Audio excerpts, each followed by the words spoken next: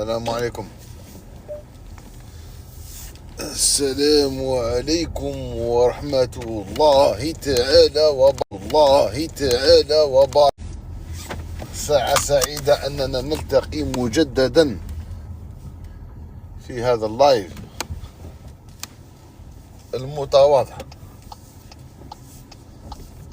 إن شاء الله راكم بخير. Essayez de partager يعني on va parler de beaucoup de sujets. On va parler du kaftan, de la coupe arabe. يعني شفتوا بالك البارح المنتخب الوطني تم الإقصاء نتاعو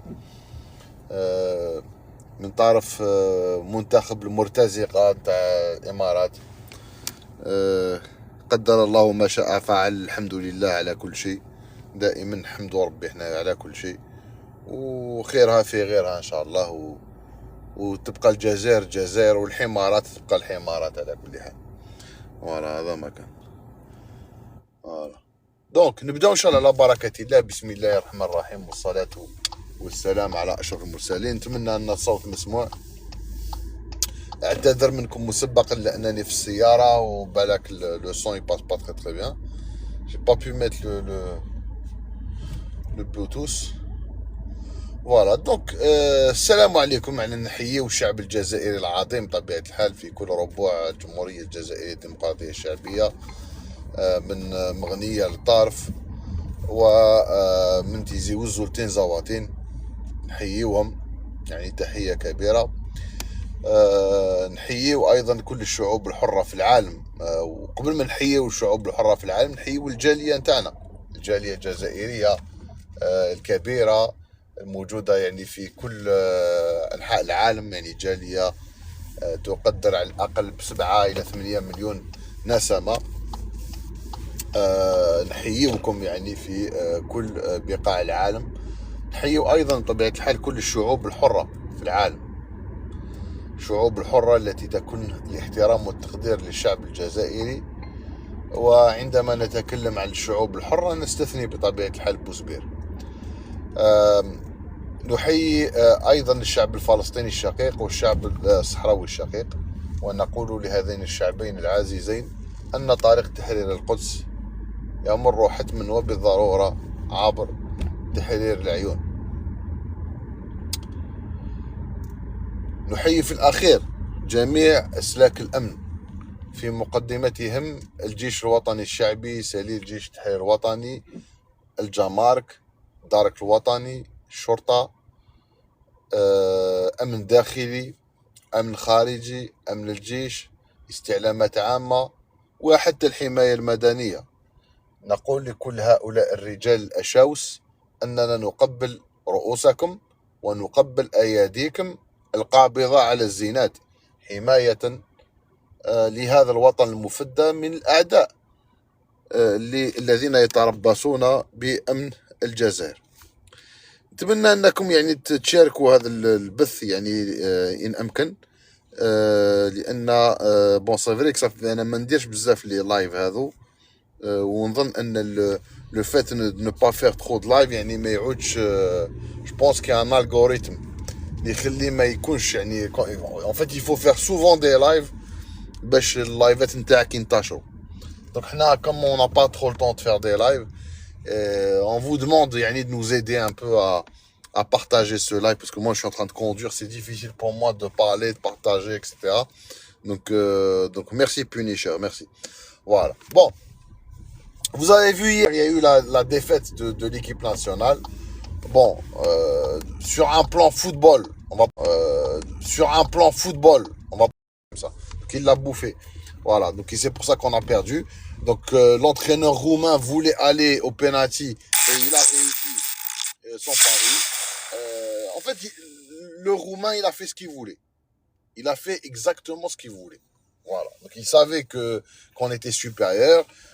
Il a joué sur les points faibles et il a mené l'Algérie là où il voulait. Voilà, tout simplement, alors qu'on avait largement la possibilité de les tuer dans les 90 minutes.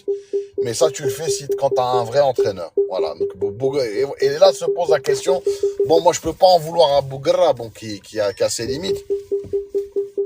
J'en veux plus au président de la FAF. Un président de la FAF, il connaissait les enjeux derrière cette coupe arabe.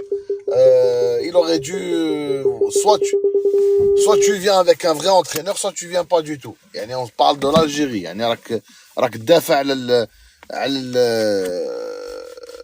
الراية الجزائرية. يعني voilà, donc ça c'est très très grave. Bon, malheureusement c'est comme ça. قدر الله ما شاء فعل. Voilà, donc la défaite est méritée. Honnêtement, footballistiquement, c'est mérité. On méritait pas de gagner. Et moi, je savais dès qu'on est rentré dans les prolongations, je savais qu'on allait perdre. Je le savais. Bref, donc ça c'est un point. Deuxième point, il y a l'arbitrage. On peut pas ne pas parler de l'arbitre jordanien. C'était vraiment une vraie salope, cet arbitre. C'est une vraie salope. Moi, je comprends pas pourquoi est-ce qu'ils nous mettent un arbitre jordanien qui a été, c'est sûr il a été acheté par les Émiratis. Ça, c'est sûr et certain. Il y a eu des pénaltys non sifflés pour l'Algérie. Il y avait un jeu agressif des Émiratis qui n'a pas été sanctionné, alors que dès que les Algériens faisaient la moindre faute, il y avait carton jaune. Donc il y avait un arbitrage vicieux. Et moi, je me pose la question, pourquoi est-ce que les autres quarts de finale, ils avaient des arbitres européens, des arbitres sud-américains, alors que là, il y a un grand point d'interrogation. Et en posant la question, j'ai la réponse. Donc voilà. Mais globalement, c'est mérité. Si on avait eu un vrai entraîneur, même si l'arbitrage était défavorable, on aurait pu gagner. Donc voilà. Donc ça, c'est un point. Deuxième point, le deuxième point, c'est le caftan. Le dossier du caftan, je ne sais pas si vous avez vu, il y a beaucoup d'émotions, beaucoup de conneries qui se disent sur les réseaux. Moi, je comprends pas la joie des Marocains. Honnêtement, je la comprends pas. De la même manière que j'ai pas compris la joie des Marocains suite à la résolution 2797, je ne comprends pas aujourd'hui pourquoi les Marocains sont contents de ce qui s'est passé à l'UNESCO.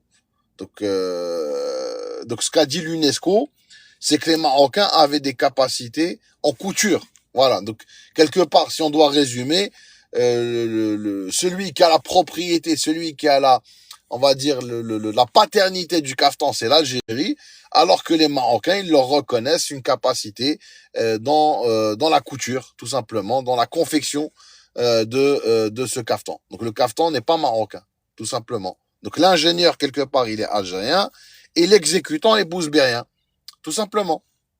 Donc c'est aussi simple que ça. Donc c'est tout ça, c'est tout simple. Donc moi je ne comprends pas. Je comprends pas. La paternité du caftan a été tranchée en 2012 et le dossier algérien est clair. Et pour ceux que ça intéresse, on a fait un article. J'ai écrit un article qui peut vous intéresser en arabe et en anglais qui évoque beaucoup d'éléments. Je vous donne à titre d'exemple pour vous intéresser, pour que vous alliez lire, pour lire cet article. Je vous donne un exemple. En Algérie, il y a un prénom qui est très répandu en Algérie, qui est Taous. Taous, qui veut dire le paon. Taous, le paon. Taous, beauté féminine, l'élégance féminine. Et vous retrouvez Taous, le motif de Taous, dans les broderies du caftan. D'accord. Donc ça, Taous, tout le monde est d'accord que le prénom Taous est largement répandu en Algérie. Pourquoi, si le caftan était vraiment marocain, comme vous le dites, pourquoi est-ce que le prénom Taous est inexistant chez les Bouzbériens? Est-ce que vous avez déjà vu une Bouzbérienne qui s'appelle Taous? Ça n'existe pas. Ça n'existe pas parce que ce caftan est quelque chose de nouveau au Maroc. C'est les Algériens qui ont introduit le caftan au Maroc. Et tout le monde le sait. Il y a que les nouvelles générations qui ne le savent pas. Mais les gens de ma génération savent que le caftan n'est pas marocain, n'a jamais été marocain. Et on se rappelle comment les Marocains s'habillaient dans les années 70. Et pour ceux qui ont un doute, regardez les anciennes vidéos des sultans marocains, comment est-ce qu'ils s'habillaient. Regardez les photos des sultans. Je vous parle pas du peuple. Regardez les photos des sultans marocains et regardez les photos des Algériens. Voilà, d'un simple Algérien, comment est-ce qu'il s'habillait.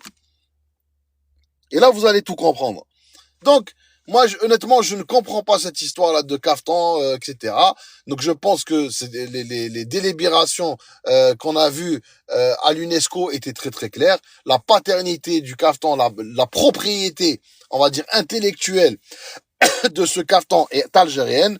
Après, effectivement, Il y a des Marocains qui font de la confection de caftan. Il y a des ateliers au Maroc qui font de la confection de caftan. Voilà. Après, là, il y a des questions, par exemple, on a vu sur les réseaux, pourquoi est-ce que les Algériennes achètent le caftan qui vient du Maroc? Ils l'achètent parce que c'est un caftan qui est pas cher. Voilà. Donc, l'Algérienne, par exemple, quand elle veut un caftan de tous les jours, comme on dit, à Koulium, elle va peut-être acheter le caftan marocain, ce caftan confectionné au Maroc, parce qu'il n'y a pas de caftan marocain, qui coûte 7000 dinars, donc 30 euros, un truc comme ça. Mais quand l'Algérienne veut se marier, ou quand l'Algérienne va dans une cérémonie officielle, ou une invitation haut de gamme, ben là, elle va mettre le caftan algérien, qui coûte 1000 euros, 2000 euros. Il y a même des caftans qui coûtent 10 000 euros. 10 000, 20 000 euros. Je sais qu'il y a des caftans comme ça, qui sont cousus avec du vrai fil d'or. Donc c'est tout. هذا ما كان. Donc les Algériens مساكن اللي ما عندهمش زواليه يشريوا هذا تاع الرابوش تاع المروك تاع بوزبير. مي لي Algériens اللي عندهم لي مويان وكيما يقول لك راجي فوالا. Voilà, ma femme, elle a un caftan algérien. Elle n'a pas de caftan marocain. Voilà, moi, mes filles, je leur ai acheté des caftans algériens, cousus main. Mais ça coûte cher. Un caftan algérien, c'est minimum 1000 euros. يعني طبيب ما ينحيهولكش. Voilà, c'est ça la différence. Mais le savoir-faire, c'est algérien, tout le monde le sait. Moi, j'aime pas perdre mon temps, donc c'est très clair. C'est tout. Et si vous voulez comprendre, allez lire l'article que j'ai écrit, qui est, je pense, d'une clarté limpide. Voilà خوتي العزاز, je pense qu'on en a terminé ونكتفي بهذا القدر. على الامل اللقاء معاكم في موعد جديد. بالقاسم يحييكم. تحية الجزائر, تحية الجزائر, تحية الجزائر. المجد والخلود لشهداء الابرار. والسلام عليكم ورحمة الله وبركاته. Je dis pas qu'il faut acheter. Moi, je n'encourage pas à acheter des trucs qui viennent du Maroc. Mais il y a des gens qui n'ont pas les moyens. Il faut comprendre. Il y a des Algériens pauvres qui n'ont pas les moyens.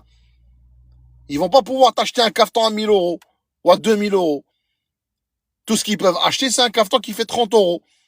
Et pour acheter un caftan à 30 euros, l'offre qu'il y a sur le marché, c'est les trucs qui viennent du Maroc. Tout simplement. Voilà. Allez, salam alaikum.